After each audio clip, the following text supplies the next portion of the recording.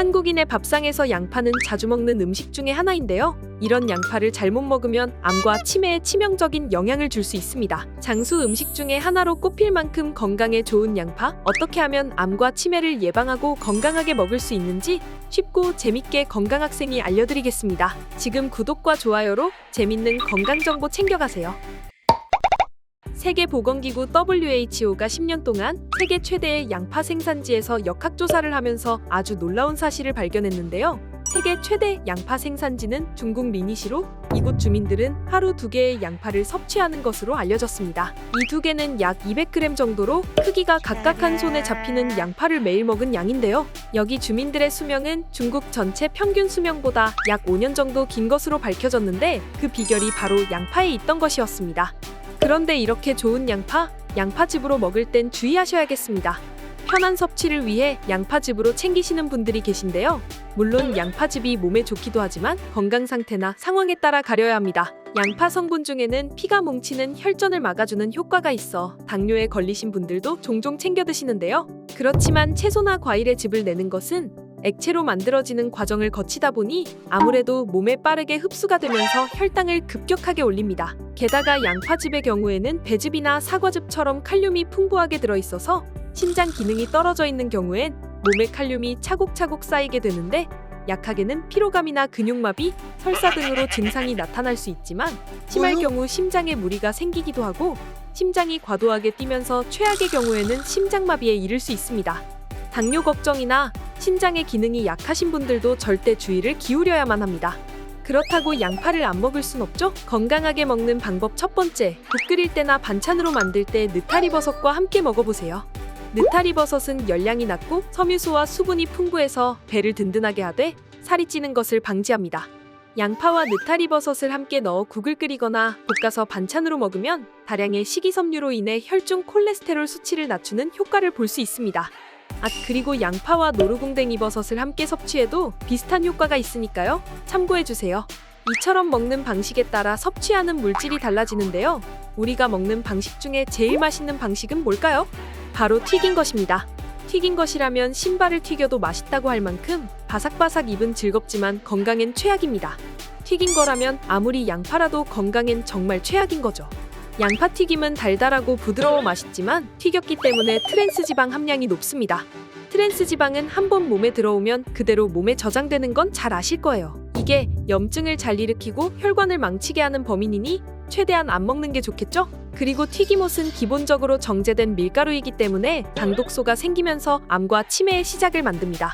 튀긴 음식을 많이 먹을수록 당독소는 점점 쌓이게 되고 끔찍한 만성염증도 온몸 곳곳에 퍼지게 됩니다.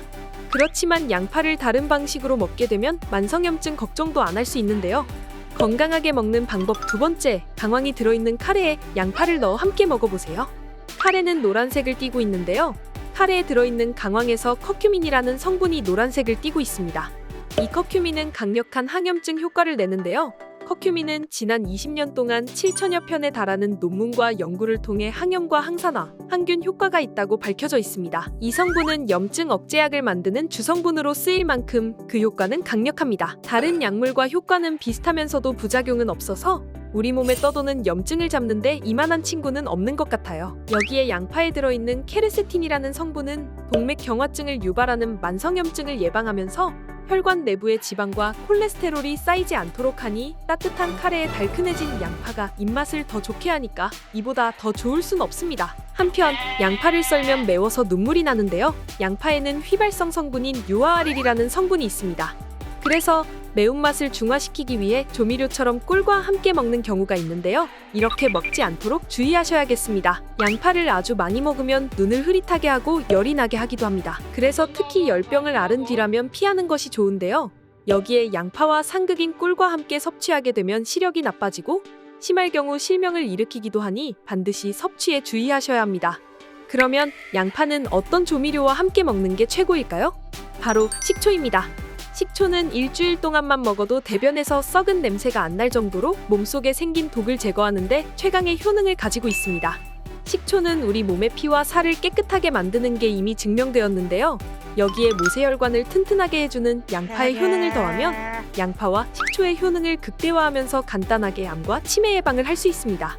여기에 더해 숙변으로 배가 빵빵하신 분들이 있으시다면 특히나 더욱 식초에 절인 양파가 도움이 되는데요. 뱃속의 똥이 잘 배출되지 않고 차오르게 되면 혈액순환이 나빠지고 몸에 지방이 쌓이기 쉽습니다. 하지만 식이섬유가 풍부한 양파가 장의 연동운동을 활발하게 하고 여기에 식초가 지방 대사를 촉진하기 때문에 체지방을 줄이는 데에 많은 도움을 받을 수 있습니다. 정리해보면 양파는 느타리버섯이나 카레, 식초와 함께 먹으면 양파의 효과를 최대치로 가져갈 수 있다는 것과 양파로 즙을 내거나 튀기거나 꿀과 함께 먹지 않기는 꼭 기억해 주시면 되겠습니다. 저는 양파를 먹을 땐 좋은데 껍질을 깔 때 눈물이 나서 힘들더라고요. 그래서 전자레인지에 30초만 돌려서 껍질을 까는데 이전보다 훨씬 편하게 껍질을 깔 수 있어서 종종 사용하는 방법입니다. 또 피곤해서 잠이 잘 안 오는 날엔 양파가 도움이 된다고 해서 반신반의하는 마음으로 양파 껍질을 벗겨서 반으로 자른 다음에 접시에 올려 머리맡에 둬봤는데요.